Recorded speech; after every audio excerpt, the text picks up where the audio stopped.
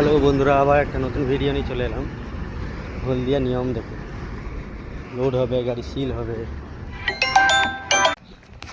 এই যে গাড়ি সিল হচ্ছে আমার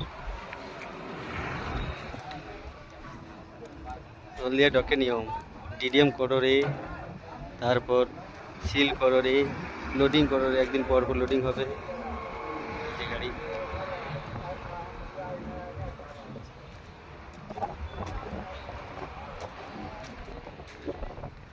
এই সিল যদি একটা ভুলভাল হয়ে যেত খালি হবে না তো? না, খালি হবেই না। হবে না না?